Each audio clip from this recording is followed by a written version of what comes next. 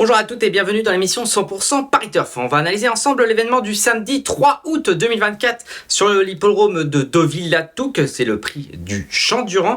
C'est un handicap pour des chevaux de 3 ans. Ils seront 16 au départ. Ils emprunteront le parcours en ligne droite des 1300 mètres. Une information importante avant de faire vos jeux. Pour moi, les numéros à la corde n'ont pas vraiment d'importance sur ce parcours. On l'a vu les années précédentes. Parfois c'était l'extérieur, parfois c'était l'intérieur, donc difficile, parfois un mix d'ailleurs, c'est difficile de vous donner notre avis sur cette donnée, ça sera plus un fait de course. On passe tout de suite au tableau des partants. Allez, on commence avec le numéro 1, Agathe, le top weight de l'épreuve, l'entraînement de Christopher Head. Il avait bien couru à Deauville sur le terrain lourd, 1400 mètres ligne droite, mais depuis c'est un petit peu moins bien au niveau supérieur en listed. Je le trouve pris assez haut sur l'échelle des valeurs et voilà, c'est une affaire d'impression, mais j'ai décidé de ne pas le retenir. Le numéro 2, Vercors, est une bonne chance selon moi. Le numéro 3, la Belle Poète, doit avant tout nous rassurer. Ses dernières performances, même si c'était un niveau supérieur, ne sont pas très encourageantes. Le numéro 4, Dies Danse Sioux, est une pouliche régulière. J'aime bien sa candidature. Le numéro 5, Mac Tenet, son entraîneur Hubert de Nicolai, est assez confiant. Il a été baissé d'une livre sur l'échelle des valeurs. Déjà bien fait au niveau handicap pour une place. Le numéro 6, Silver Fever, pas très bien couru la dernière fois dans un handicap sans vraiment avoir d'excuses. Je ne l'ai pas retenu, mais tout à fait capable de prendre une place. Le numéro 7, la Mandala, j'attends de voir. Numéro 8, Koslovka.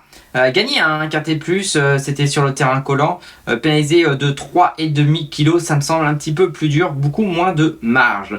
Numéro 9, Pretty Berry, dans la forme de sa vie, 3 victoires, 2 au niveau handicap, 1 au niveau réclamé. Elle est en 38,5 de valeur. On a fait appel à Stéphane Pasquier, c'est mon regret. On termine cette première partie de tableau avec le numéro 10, Kaladbolg.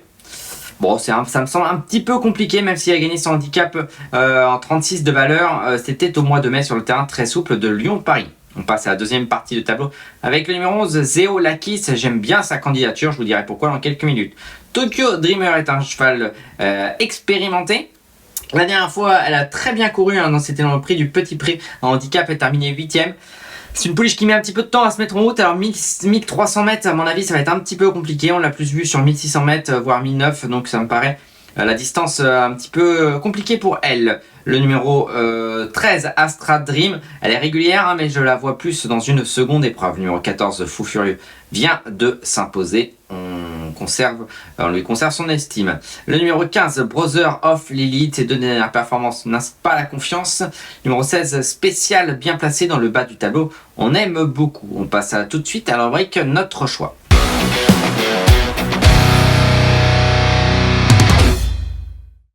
Notre choix, on commence avec tout de suite le numéro 2, Vercors. Vercors, c'est un pensionnaire de Fabrice Chappet qui avait bien gagné sur l'hippodrome d'Angers lors de son avant-dernière sortie. C'était le 21 mai dernier. Regardez, c'est la casaque bien connue de Gérard Augustin Normand qui venait tout à la fin sur un dernier coup de rein s'imposer dans un lot qui était tout à fait correct. Ensuite, il a été sur l'hippodrome d'Ascot courir dans le handicap. Alors c'est très difficile à découvrir là-bas.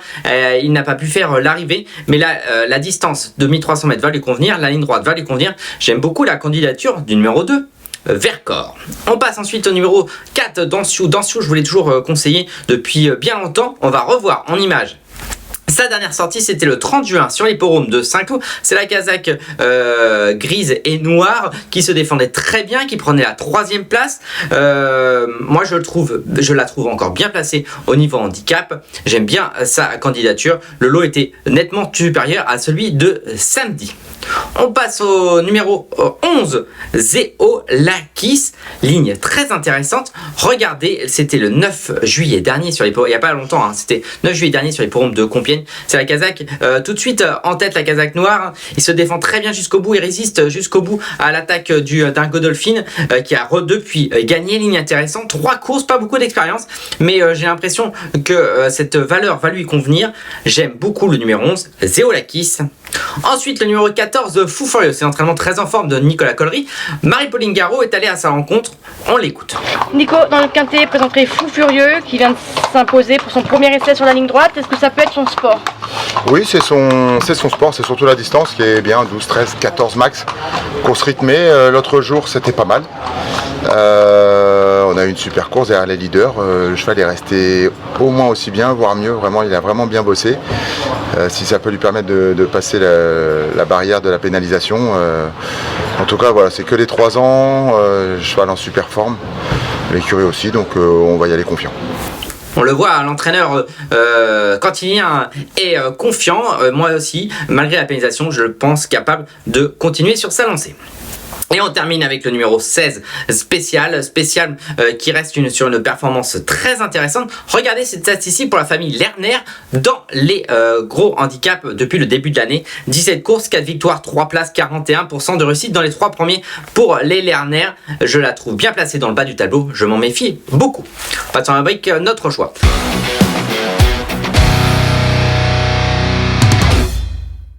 Écoutez, c'est le moment de faire un choix. Avant de vous dévoiler mon pronostic pour le Quintet Plus du samedi 3 août 2024, je vous invite à commenter et me donner votre avis sur mon pronostic.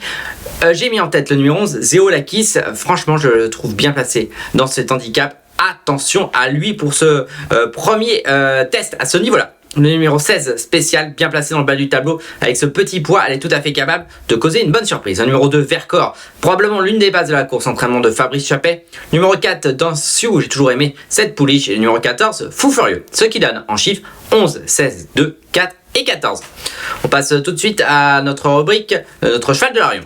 Je suis allé dans la 9e course du programme. Je vous conseille de suivre avec confiance Atlantic Wales. C'était très bien lors de cette dernière sortie. Les pensionnaires de Yann Barbero sont en forme. Attention à lui.